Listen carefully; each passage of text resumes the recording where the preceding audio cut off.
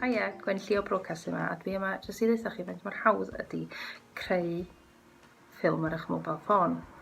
Yn gyntaf, newch siŵr fod gennych chi ddigon o memri. Does am byd gwaith a wneud hanner ffilm a ffeindio allan fod mae storage yn full. So just newch siŵr fod y quality yn digon da.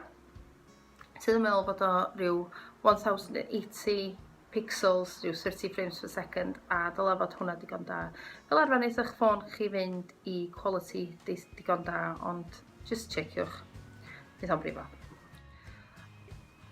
Dwi'n yn dweud fod eich ffôn chi fudur, ond cyn i chi wneud be bynnag, just dewch quick wipe i'r lens.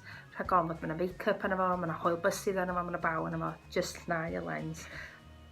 So wan goleuo. Mae goleuo reit haws. Cwbl ydych chi'n gorau wneud ydy ffeindio rhyw fath o golau naturiol os fedrach chi.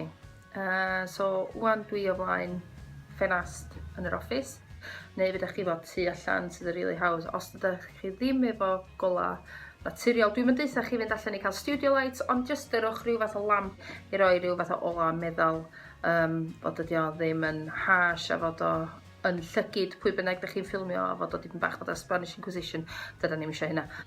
Wedyn, newch siŵr fod eich ffôn chi yn cael ei dal ar ei hyd, so horizontal neu lorweddol os ydych chi eisiau fod yn rili Gymraeg. Ond be bynnag ydych chi'n neud, dyrwch o ffordd sydd yn meddwl fod eich llun chi neu eich ffilm chi yn gallu cael full screen yn hytrach na yn ddu ar naill ochr.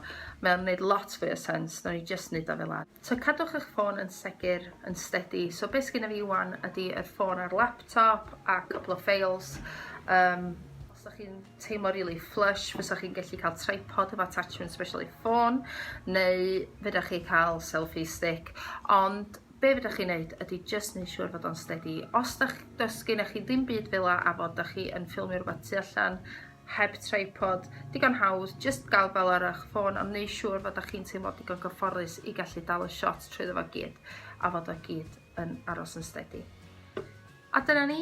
So, ffilmiwch be bynnag yn eich gymuned a broadcastiwch a mwynhewch. Dyma di'r ochr ffilmio ohono fo. Mi fydda fi yn neud rhan amdan editio eto. So, gobeithio ydych chi join i fi hwnna. Diolch.